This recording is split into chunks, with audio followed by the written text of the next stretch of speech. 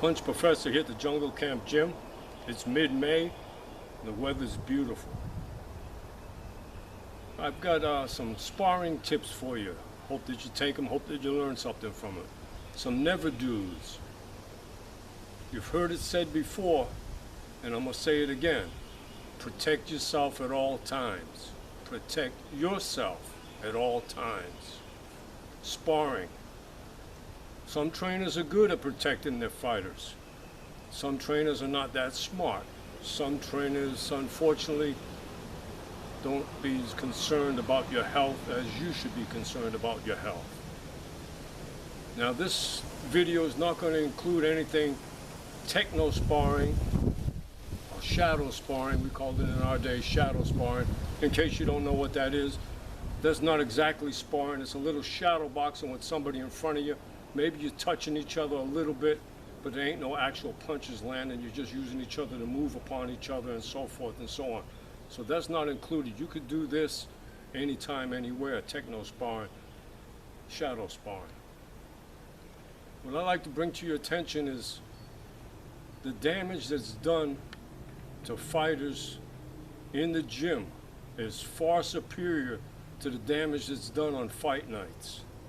Now, this video, I'm not going to put it to beginners. I'm not making this video for experienced fighters.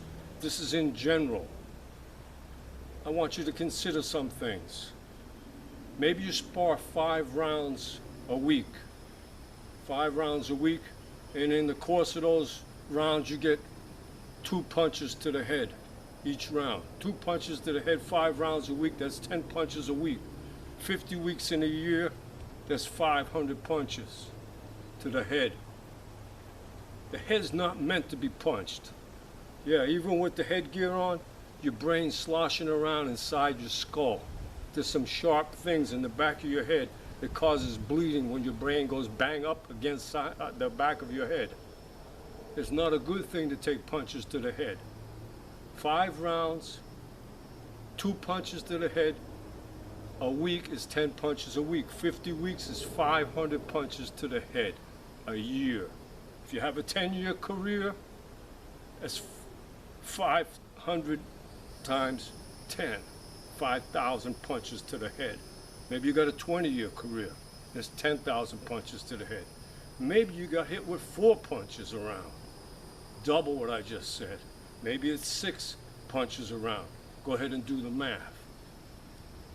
It only takes 1 punch to put a man in a coma. It only takes 1 punch to kill a man.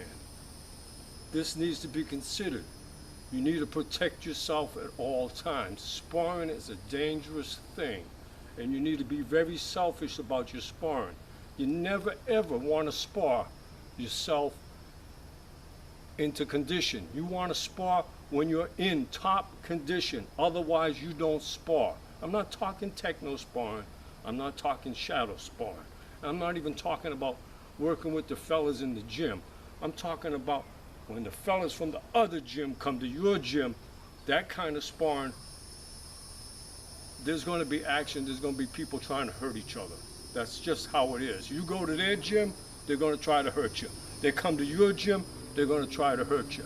Even some of the fellas in your own gym, they can't control themselves.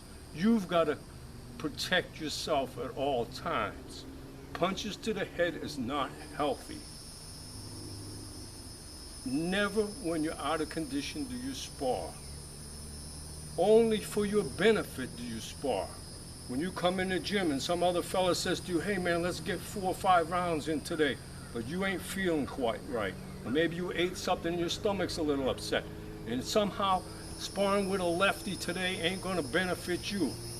Don't spar. If it ain't for your benefit, you don't spar, because sparring should be a selfish thing. Some trainers won't protect you. You have to protect yourself. You have to be wise. Brain damage is an ugly thing. I've been around gyms for a long time, been in fight scenes for a long time. I've seen a lot of punch-drunk fighters.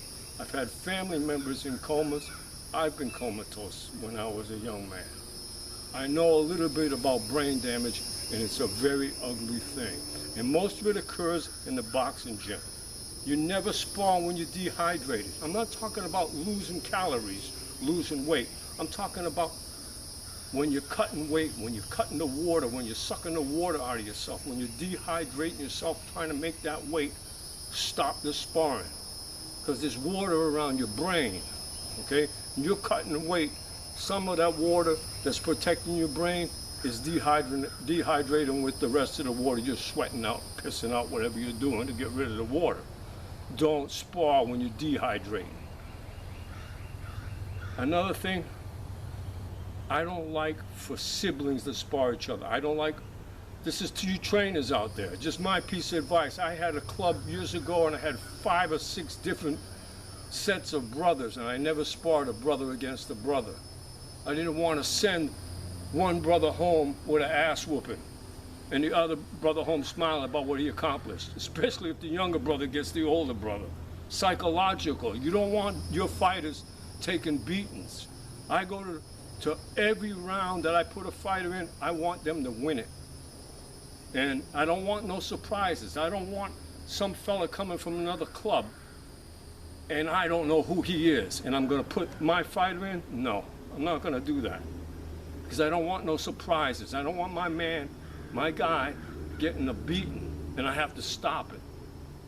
Okay, you don't want to psychologically hurt your fighter. And you, the fighter, you don't want to be psychologically hurt. You want to be strong mentally. You want to be strong physically. And more than anything, you want to keep your faculties. You don't want to walk away from boxing 10, 12, 15, 20 years from now, a punch-drunk, goofy person. That's not nice. It's not healthy, and it doesn't have to happen. This is probably the best advice that you could get concerning sparring anywhere. Be careful and protect yourself at all times.